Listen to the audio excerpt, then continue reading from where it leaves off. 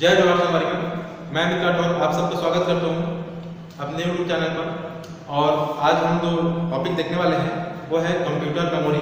इसके पहले जो वीडियो आया था उसमें हम लोग ने कंप्यूटर के इतिहास और कंप्यूटर की जनरेशन के बारे में देखे थे, ठीक है। अब आज जो वीडियो आ रहा है वो उसमें हम कंप्यूटर की मेमोरी के बारे में चर्चा करेंगे। तो जो कंप्यूटर मेमोरी है उसका कैसे उपयोग करते हैं, कौन कौन से मेमोरी होती है, कहाँ पर उसका प्राइमरी मेमोरी के रूप में यूज होता है, कहाँ पर उसका सेकेंडरी मेमोरी के रूप में यूज होता है, इन सारी चीज़ों को हम एक एक करके देखेंगे। कितने प्रकार के मेमोरी होते हैं, है ना। तो जैसे आप लोग सभी जानते हैं मेमोरी का यूज हम लोग किसी भी प्रकार के डाटा को स्टोर करके रखने के लिए हम मेमोरी का यूज करते हैं। वो डाटा कुछ भी हो सकता है, ऑडियो फॉर्मेट पे भी हो सकता है, वीडियो फॉर्मेट में हो सकता है, टेक्स्ट के रूप में हो सकता है, इमेज के रूप में हो सकता है ना। तो अलग अलग प्रकार के जो डाटा होता है या जो सूचना होता है उसको हम एक जगह पर लंबे टाइम के लिए स्टोर करके रखने के लिए हम मेमोरी का यूज करते हैं, ठीक।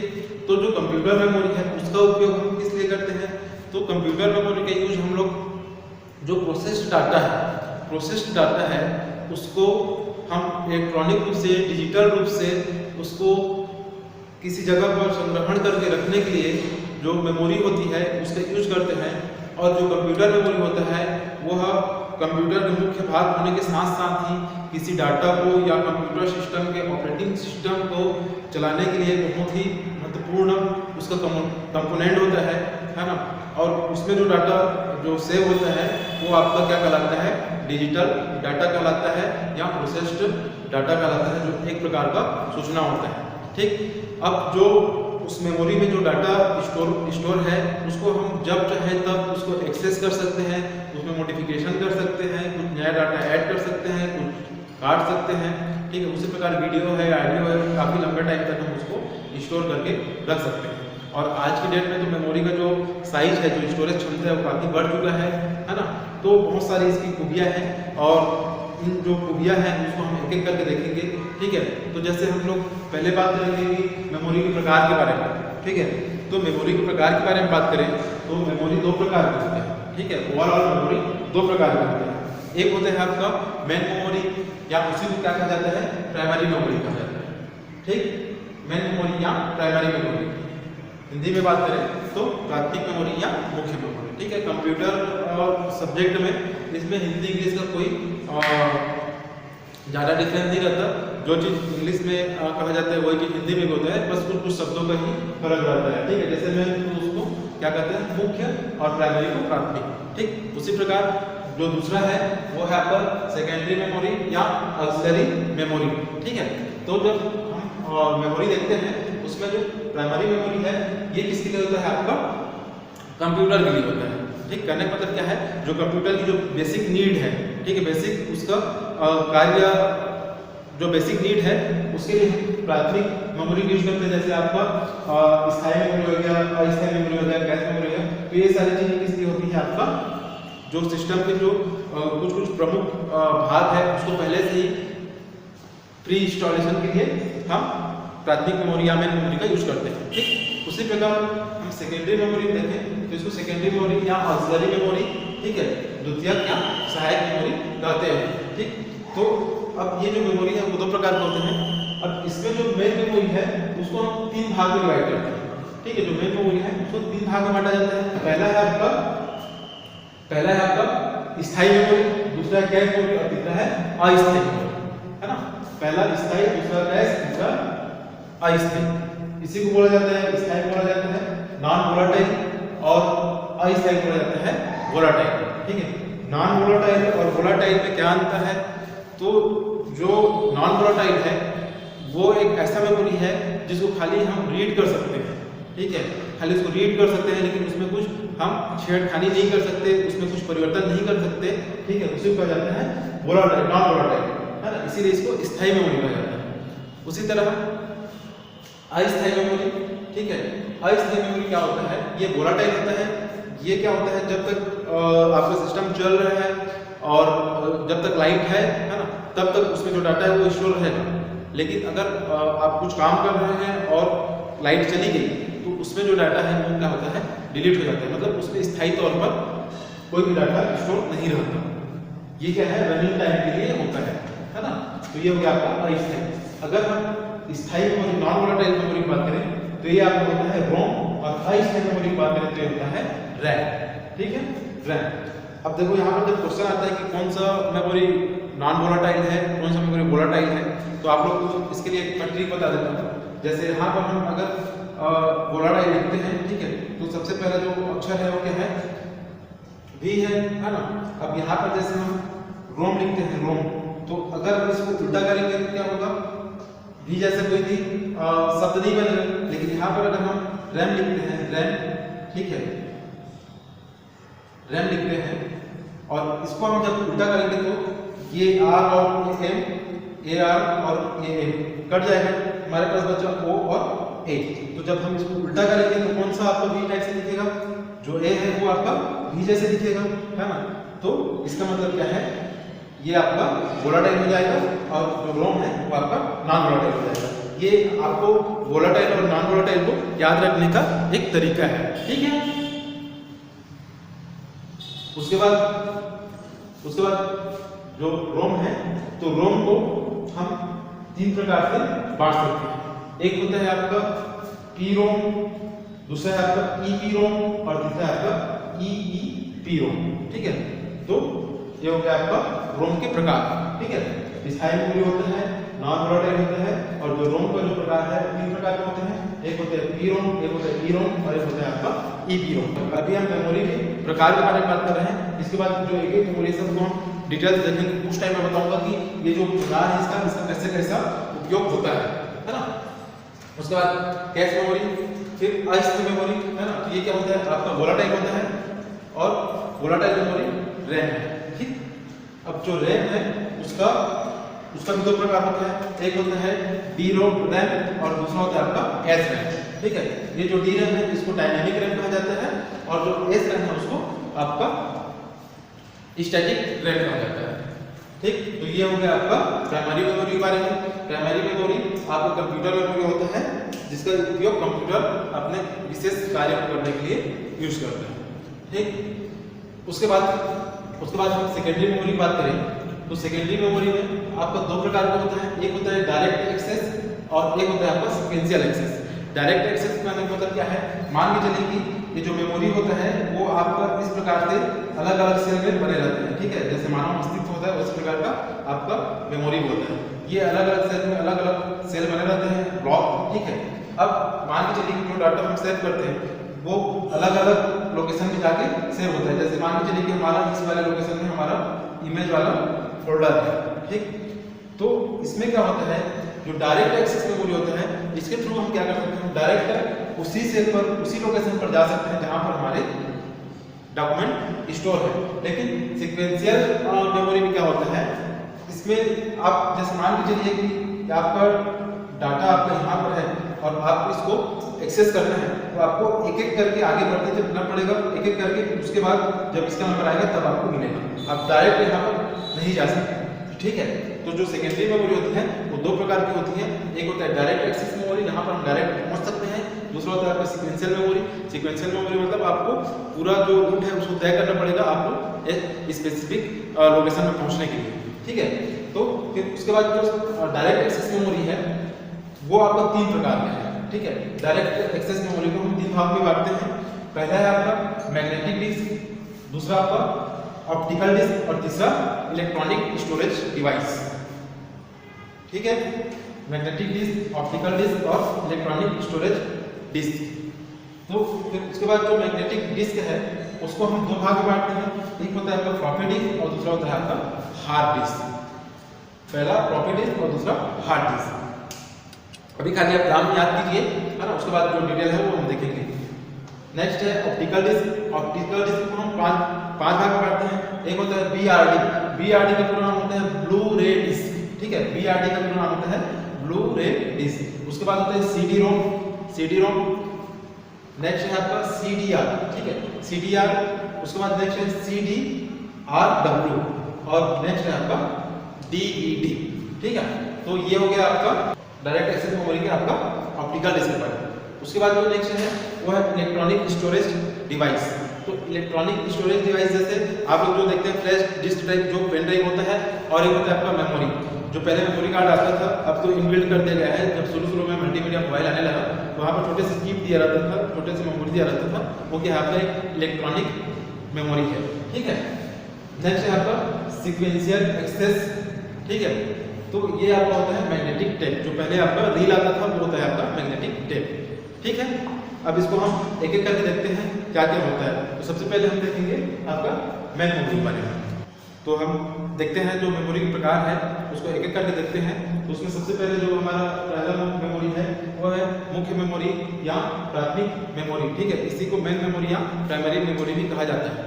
ठीक, तो इसमें क्या होता है, ये जैसे मैंने आपको पहले ही बताया था कि ये कंप्यूटर के लिए होता है। ठीक है, ये कंप्यूटर के लिए होता है, इसलिए हमेशा सीपीयू से जुड़ा होता है। ठीक है, तो ये जो मुख्य मेमोरी होता है ये वो हमेशा क्या होता है सेंट्रल प्रोसेसिंग यूनिट के साथ इनबिल्ट रहता है। और इसमें जो प्राइमरी मेमोरी होते हैं इसमें अनेक छोटे छोटे भागों में बटा होता है जिसको हम सेल कहते हैं। जैसे जो मेमोरी होता है वो अलग अलग भागों में इस प्रकार का अलग अलग सेल में बटा होता है। ठीक है, अलग अलग भागों में बटा होता है, इसको हम क्या कहते हैं सेल कहते हैं। ठीक है, प्रत्येक जो सेल होता है उसकी एक लोकेशन एड्रेस होता है। ठीक है, और यहाँ पर हम एक निश्चित मात्रा में क्या करते हैं डाटा को स्टोर करते हैं। ठीक है, डाटा को स्टोर करते हैं और इस माध्यम से करते हैं, बीट के माध्यम से करते हैं। ठीक है, तो प्रत्येक सेल में एक निश्चित बीट होता है। ठीक है, जिसे हम वर्ड लेंथ कहते हैं। ठीक है, ये जो इसका जो साइज होता है इसको हम बीट में मापते हैं और इसको हम क्या कहते हैं लेंथ कहते हैं। ठीक, तो क्या क्या हो गया मेमोरी क्या होता है छोटे छोटे सेल में बटी होती है। ठीक है, और उसका एक निश्चित वर्ड लेंथ होता है जिसको हम बीट कहते हैं, है ना। जैसे जो हमारा जो ऑपरेटिंग सिस्टम में देखते हैं कितना बीट क्या करके 8 bit 16 bit 32 bit 64 bit 128 bit. ठीक है, तो उसी प्रकार प्रत्येक सेल में एक निश्चित बीट होता है जिसे हम वर्ड लेंथ कहते हैं। और वो जो बीट होता है वो 8 bit 16 bit 32 bit 64 bit data को क्या कर सकते हैं स्टोर कर सकते हैं। ठीक है, जितना अधिक बीट वाला आपका मेमोरी होगा या प्राइमरी मेमोरी होगा उतना ही ज़्यादा स्पीड से आपका क्या होगा कंप्यूटर कार्य करेगा, है ना। ये जो प्राइमरी मेमोरी होता है उसी को हम अस्थायी मेमोरी भी कहते हैं। जो प्राइमरी मेमोरी होता है उसको हम क्या कहते हैं अस्थायी मेमोरी कहते हैं। अस्थायी मेमोरी क्यों कहते हैं, क्योंकि उसमें जो डाटा रहता है वो परमानेंट स्टोर नहीं रहता, वो आपका प्रोसेसिंग टाइम के लिए उसमें स्टोर रहता है, इसलिए इसको अस्थायी मेमोरी कहा जाता है। लेकिन इसमें जो प्राइमरी मेमोरी है इसमें आपका रोम भी आता है। ठीक है, तो रोम क्या है नॉन वोलेटाइल है, मतलब उसमें जो डाटा है वो पहले से प्री इनबिल्ट होता है, मतलब पहले से उसमें प्रोग्राम किया जा चुका रहता है, जिसको हम न तो उसमें कुछ चेंजेस कर सकते हैं न ही उसमें कुछ हम और डाल सकते हैं। ठीक है, तो जो ये प्राइमरी मेमोरी है उसका अपवाद स्वरूप क्या है आपका रोम है। अगर हम अस्थायी मेमोरी की बात करें तो क्या होता है परमानेंट स्टोर नहीं करता है। इसको उदाहरण जैसे रजिस्टर है, कैश है और रैम है ना। अपवाद क्या है इसका रोम क्या है अपवाद है प्राइमरी मेमोरी का। ठीक, और ये जो मुख्य मेमोरी होता है इसमें जो डाटा ट्रांसमिशन होता है वो बहुत तीव्र गति से होता है, क्योंकि इसमें डाटा स्टोर नहीं करता है। जब हम कंप्यूटर ऑन करते हैं तो जो हमारी सेकेंडरी मेमोरी में जो ऑपरेटिंग सिस्टम है या कोई सा भी प्रोग्राम स्टोर है वहाँ से क्या करते हैं वहाँ से डाटा को एक्सेस करने का कार्य करता है। आपका रैम रजिस्टर कैश जितने भी मेमोरी है ये वहाँ से डाटा को एक्सेस करने का कार्य करता है ना। तो इसीलिए क्या होता है ये तीव्र गति से कार्य करता है। और आपकी जो कंप्यूटर की गति है वो इसी आपके रजिस्टर कैश मेमोरी और रैम के ऊपर पूरा डिपेंड करता है कि वो कितना स्पीड से काम करेगा। ठीक है, तो ये हो गया आपका मुख्य मेमोरी या प्राइमरी मेमोरी। अब प्राइमरी मेमोरी का उसके टाइप के बारे में बात करें तो आपका जो पहला टाइप है वो है आपका रोम का पूरा नाम अक्सर पूछा जाता है। तो रोम का पूरा नाम होता है रीड ओनली मेमोरी, मतलब हम इसमें खाली इसको पढ़ सकते हैं, इसको हम कोई चेंज नहीं कर सकते। ठीक है, इसको खाली हम पढ़ सकते हैं। तो रोम का पूरा नाम आपको अक्सर पूछा जाएगा। रोम का पूरा नाम होता है रीड ओनली मेमोरी, है ना। ये क्या होता है ये इनबिल्ट सॉफ्टवेयर होता है। मतलब ये जो कंप्यूटर जो सीपीयू मदरबोर्ड रहते हैं उसमें पहले से ही कंपनी के द्वारा, जिस कंपनी का आपका कंप्यूटर है या मदरबोर्ड है उसी कंपनी के द्वारा उसमें पहले से प्रोग्राम करके रोम को उसमें फिट कर दिया जाता है। ठीक है, तो रोम क्या होता है? रीड ओनली मेमोरी होता है और इनबिल्ट सॉफ्टवेयर होता है ना। और इसमें जो भी प्रोग्राम करके डाल दिए हैं वो आपका परमानेंट रूप से वहां पर स्थायी रूप से रहता है। ठीक है, जैसे हम रोम को उदाहरण देखें तो जैसे आजकल आप देखोगे जैसे आपको वॉशिंग मशीन है ना, वॉशिंग मशीन में क्या होता है उसमें भी आपका रोम लगा रहता है। यहाँ जैसे आपका जो एसी का रिमोट है या टीवी का रिमोट है ना, मान लीजिए कि ये आपका जो टीवी का रिमोट है, ठीक है, इस प्रकार के इसमें बटन बने हुए हैं, अलग अलग बटन बने हुए हैं, 1 2 3 4 इस प्रकार के इसमें नंबर लिखे हुए हैं। तो इसमें पहले से रोम लगा रहता है और उस रोम में पहले से प्रोग्रामिंग कर दिया जाता है कि इस बटन को दबाने से 1 नंबर ही दबेगा, 2 नंबर को दबाने से 2 नंबर ही दबेगा, है ना। तो इसके दिमाग में पहले से ये चीज को डाल दिया जाता है कि आपको इसी प्रकार के कार्य को परफॉर्म करना है ना। जैसे वॉशिंग मशीन की बात किया जाए तो वॉशिंग मशीन में पहले एक मेमोरी उसमें भी लगा रहता है और उसमें मेमोरी लगा रहता है और वो क्या करता है, जैसे मान के चलिए कि आप कपड़ा धोने के लिए डाल दिए, हमें कपड़ा डाल दिए और 10 मिनट का टाइम सेट कर दिए। अब वो मशीन चल रहा है और 5 मिनट बाद क्या हो गया, लाइट ऑफ हो गया, है ना। तब भी फिर उसके बाद जब लाइट आएगा तो वॉशिंग मशीन जो 5 मिनट बचा रहेगा वहीं से फिर चलना स्टार्ट करेगा। ठीक है ना। कहने का मतलब क्या है, जो आप टाइम सेट कर दिए हैं उस टाइम तक के ही वो चलेगा। तो वो पहले से इसमें डाल दिया जाता है, आपका रोम में डाल दिया जाता है। जैसे मैंने रिमोट का एग्जांपल दिया, तो जो रिमोट में जो आप पहले से जो बटन में जो कोडिंग किए हैं वो उसी के हिसाब से कार्य करेगा, है ना। और इसमें आप क्या कर सकते हैं, कोई भी बदलाव नहीं कर सकते। रोम क्या होता है, आपका नॉन वोलेटाइल होता है ना, स्थायी होता है, इसमें हम कुछ भी चेंजेस नहीं कर सकते। और ये जो रोम होता है आपका कंप्यूटर यूज के लिए होता है। ठीक है, रोम क्या होता है, कंप्यूटर यूज के लिए होता है। नेक्स्ट, अगर हम इसके प्रकार के बारे में बात करें, हम अगर इसके प्रकार के बारे में बात करें तो ये 3 प्रकार के होते हैं। एक होता है पी रोम, दूसरा होता है ईपी रोम और तीसरा होता है आपका ईईपी रोम। ठीक, तो ये जो होता है आपका जैसे पी रोम है ना, तो programmable read only memory. EP ROM का erasable programmable read only memory और ईपी रोम का पूरा नाम होता है आपका electronic erasable programmable read only memory. ठीक है, तो इसमें क्या होता है, जैसे मान के चलो कि जो रैम है ना, तो उसमें जैसे मैंने बताया कि पहले से उसमें प्रोग्राम डिफाइन करके रख दिया जाता है। पहले के जो आप नोकिया या सैमसंग का मोबाइल लेते थे तो जब हम उसको स्विच ऑन करते थे, है ना, तो उसमें क्या होता था, जो 2 हैंड आके एक दूसरे से हैंड से करते थे इस प्रकार का, तो क्या होता था, वो सैमसंग कंपनी के द्वारा पहले से ही उसमें उस चीज को डाल दिया जाता था कि आपको जब आप स्टार्ट हो गए तो आपको हैंड सेट करना है। नोकिया का था तो उसमें नोकिया का लोगो आता था, है ना, तो पहले से वो क्या होता था, प्री डिफाइंड होता था। लेकिन बाद में जो कंपनी है वो सोचती है कि इसमें थोड़ा बहुत यूजर भी अपने हिसाब से चेंजेस ला सके, है ना, तो उसके लिए क्या करते हैं, धीरे धीरे उसमें नया और आविष्कार करते गए। और उसमें जो पहला था उसमें प्रोग्रामेबल रीड ओनली मेमोरी था। मतलब ये जो पी रोम है इसमें हम किसी भी प्रकार का चेंज नहीं कर सकते थे, हाँ ना, इसमें हम किसी भी प्रकार का चेंज नहीं कर सकते थे। ठीक है, उसके बाद नेक्स्ट जो है ईपी रोम। ईपी रोम का पूरा नाम होता है erasable programmable read only memory. तो इसमें क्या करते थे, इसमें हम इरेज कर सकते थे, मतलब थोड़ा बहुत चेंजेस कर सकते थे। और इसको हमको उसमें चेंजेस करने के लिए काफ़ी दिक्कतों का सामना करना पड़ता था। और इसमें चेंज करने के लिए हमको अल्ट्रा वायलेट पराबैंगनी किरणों की आवश्यकता पड़ती थी, है ना, पी रोम में। ठीक है, और जो उसके बाद जो आया वो है आपका ईपी रोम। ये इसका पूरा नाम होता है electronic erasable programmable read only memory. इसको हम क्या करते थे, इलेक्ट्रोमैग्नेटिक किरणों के द्वारा हम इसमें आसानी से क्या कर सकते थे, हम चेंजेस कर सकते थे, है ना। तो पी रोम नॉट चेंज, इसमें हम कोई चेंज नहीं कर सकते थे। उसके बाद ईपी रोम इरेजेबल प्रोग्रामेबल में हम यहाँ पर पराबैंगनी किरणों के माध्यम से रोम में थोड़ा बहुत चेंजेस कर सकते थे। उसके लिए बहुत डिफिकल्टी का सामना करना पड़ता था। और ईईपी रोम में क्या करते हैं, इसमें हम इलेक्ट्रोमैग्नेटिक के द्वारा हम इसमें चेंज कर सकते हैं, प्रकाश किरणों के द्वारा इसमें हम चेंज कर सकते हैं। ठीक है। तो ये हो गया आपका रोम। रोम में दो चीजें और हैं।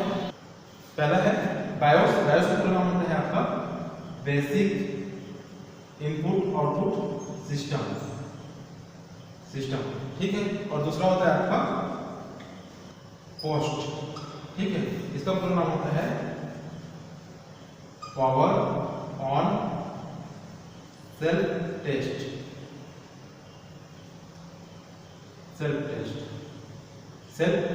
ठीक है।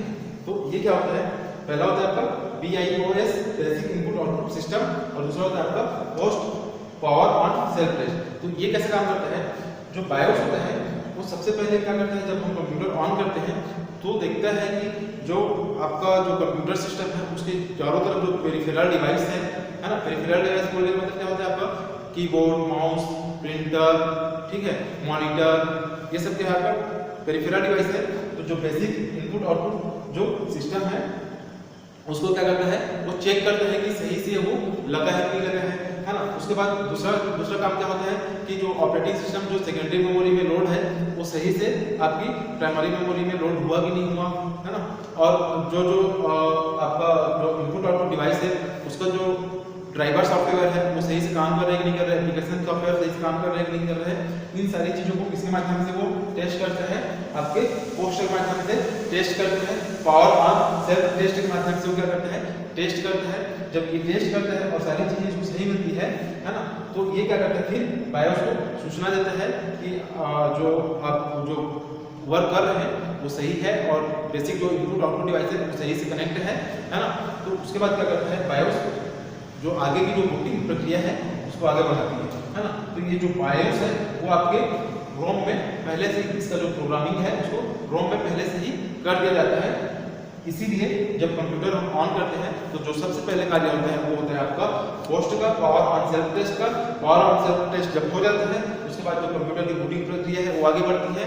बूटिंग प्रक्रिया के बाद वहाँ पर आपका कंप्यूटर ऑन हो जाता है, ठीक है।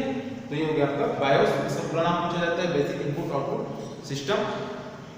और दूसरा होता है आपका POST power on self test और इसी के द्वारा क्या किया जाता है आपका बूटिंग प्रोसेस को आगे बढ़ाया जाता है, ठीक। नेक्स्ट देखते हैं रैम के बारे में।